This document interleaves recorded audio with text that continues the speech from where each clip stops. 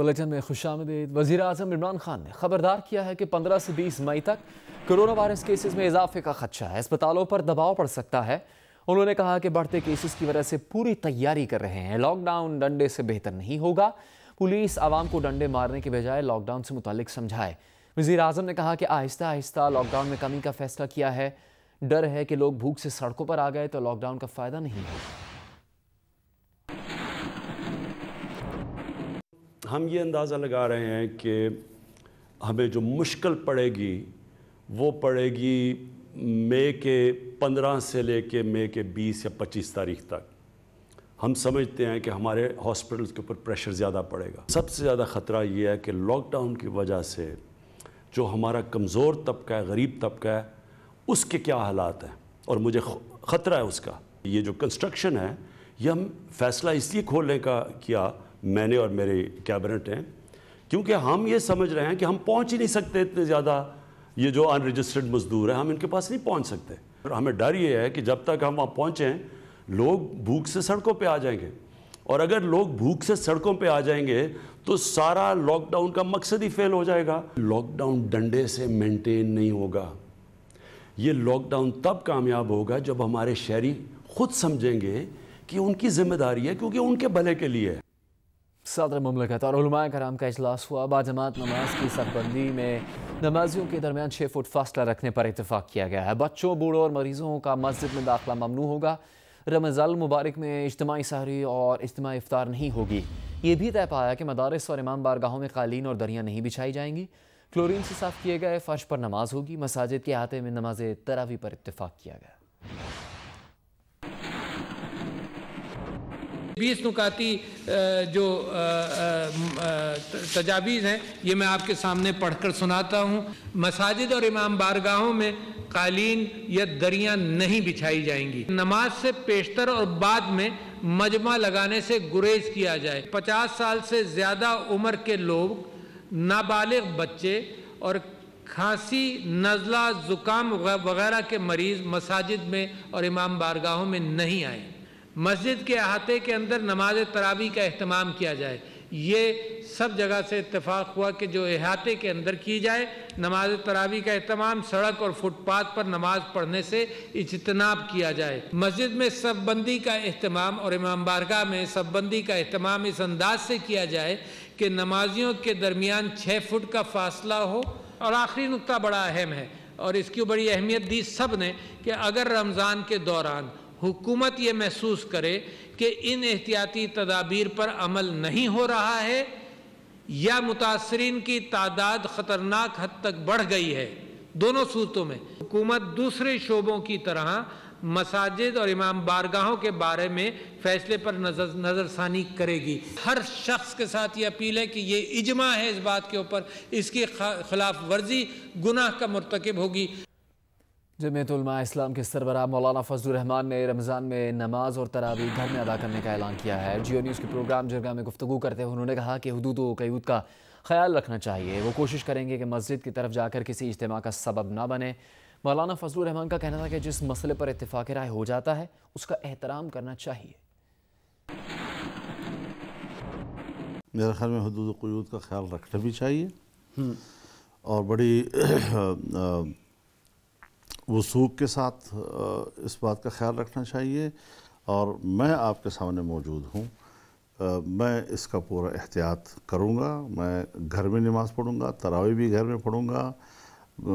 کوشش کروں گا کہ میں مسجد کی طرف جا کر وہاں کسی اجتماع کا ذریعہ اور سبب نہ بنوں۔ آپ یعنی اس مرتبہ تراویح گھر پہ پڑھیں گے انشاءاللہ، اور یہی 6 فٹ کا فاصلہ یہی ہوگا برقرار، انشاءاللہ۔ گھر کے افراد ہی ہوں گے، گھر کے افراد ہی ہوں گے، کوئی زیادہ نہیں ہوں گے اس میں۔ جو ہمارے گھر کے اپنے اندر بھائی ہیں، بیٹے، بھتیجے، یہی لوگ ہوں گے، آپس میں زیادہ تو نہیں ہوں گے۔ اب جو حکومت نے علماء کی مشاورت سے جو فیصلہ کیا ہے، آپ اس کو مناسب موضوع سمجھتے ہیں؟ میرے خیال میں جب ایک مسئلے پر اتفاق رائے ہو جاتا ہے اور ایک اجماع ہو جاتا ہے تو اس اجماع کا پھر احترام کرنا چاہیے۔ میری ذاتی رائے پھر میری ذاتی رائے رہ جاتی ہے، اور اس کے بعد جو تمام لوگ ایک بات پر متفق ہو گئے ہیں تو میرے خیال میں پھر اس کا احترام ہونا چاہیے۔ مولانا فضل الرحمان کا انٹرویو آپ دیکھ سکیں گے جیو نیوز کے پروگرام جرگہ میں آج رات 10:05 پر۔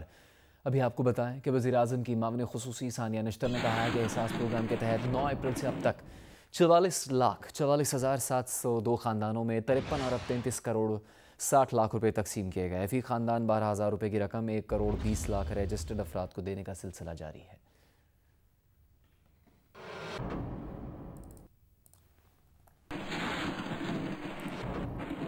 کپڑے کے تاجروں، درزیوں اور الیکٹرانکس کا سامان بیچنے والوں کے لیے خوشخبری ہے۔ وزیر اعلیٰ سندھ نے کراچی سمیت صوبے بھر میں کاروبار کھولنے کی مشروط اجازت دی ہے۔ سارے کاروبار ایک ساتھ کھولنے کے بجائے مخصوص دنوں میں اور مخصوص اوقات میں کھولنے کی تجویز دی گئی ہے۔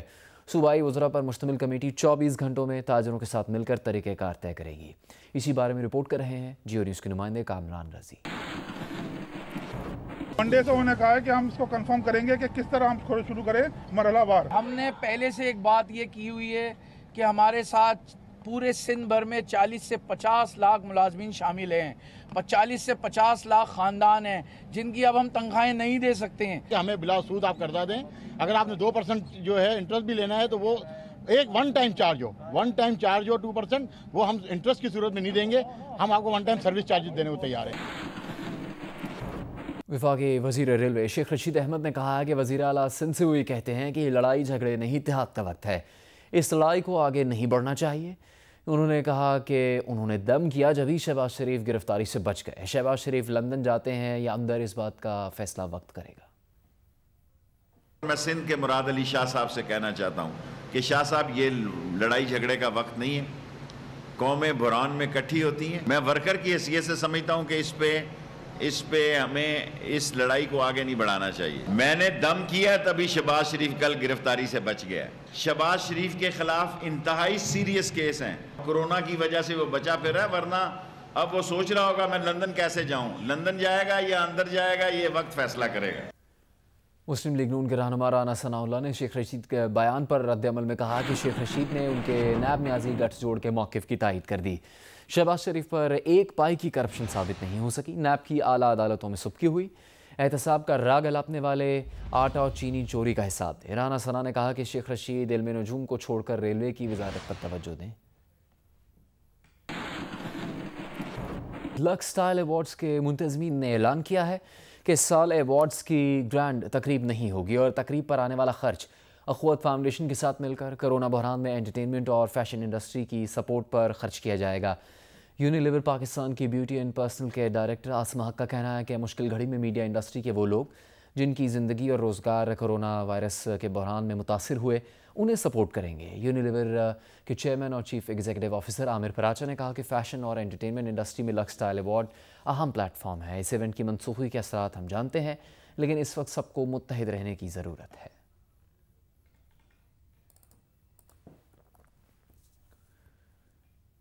ٹیلی نار نے کرونا وائرس کے پیش نظر 1 ارب 60 کروڑ روپے کی رقم فلاحی کاموں کے لیے مختص کی ہے۔ سی ای او ٹیلی نار پاکستان عرفان وہاب خان نے یہ بات جیو نیوز کے پروگرام نیا پاکستان میں بتائی۔ ٹیلی نار نے بڑا زبردست اس میں کام کیا ہے، 1.6 بلین روپیز آپ نے مختص کیے ہیں، اس کام کے لیے آپ نے ڈونیٹ کرنے کا ارادہ کیا ہے۔ ایک تو آپ نے کہا کہ آن لائن لرننگ کے حوالے سے آپ یہ سپینڈ کریں گے، باقی کہاں کہاں یہ اماؤنٹ خرچ کی جائے گی اور کن کن لوگوں پر خرچ کی جائے گی؟ جی سب سے پہلے تو جی ہماری جو ہم نے انالیسس کیا اس میں جو ہمیں جو گیپ نظر آیا وہ ہمارے فرنٹ لائن ہیلتھ ورکرز ہیں، جن میں ڈاکٹرز ہیں، نرسز ہیں، جن کو پروٹیکشن ایکوپمنٹ کی ضرورت ہے۔